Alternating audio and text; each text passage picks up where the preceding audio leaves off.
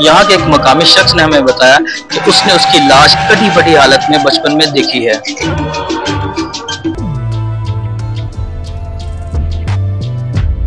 कुछ लोग कहते हैं कि ये किस्सा सच है, लेकिन हकीकत क्या है ये आखिर कोई नहीं जानता।